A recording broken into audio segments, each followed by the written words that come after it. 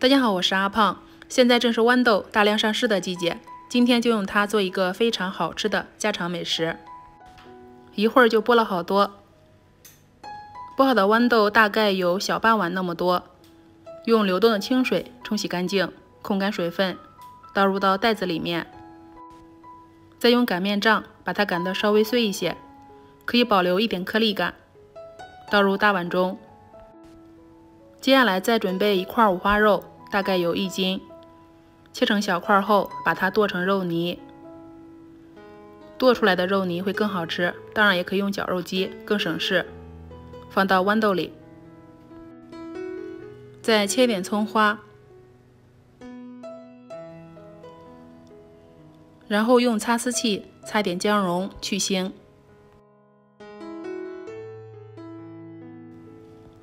打入1颗鸡蛋，接下来加入盐、生抽、蚝油、13香，老抽上色，先搅拌均匀，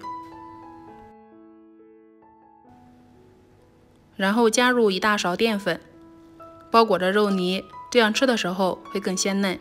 再次搅拌均匀，抓起一团，两手把它托得圆实一些，像这样，依次摆入到盘中。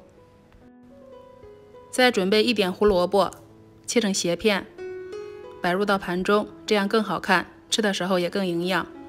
水开上锅，开大火蒸15分钟，然后趁这个时间切点蒜末，喜欢辣的可以加点小米辣。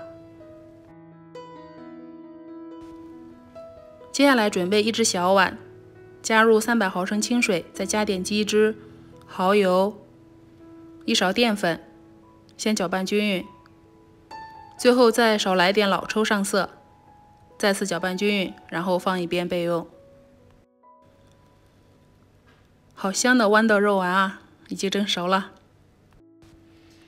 油锅爆香，蒜末辣椒，然后把调好的料汁倒进来，开大火熬至浓稠冒泡，像这样，勾个芡，淋到丸子上。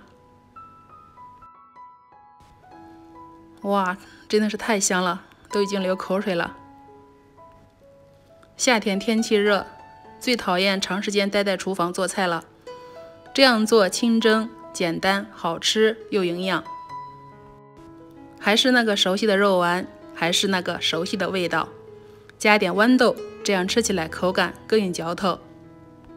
我是阿胖，每天为你分享一道时令家常美食，谢谢您的观看。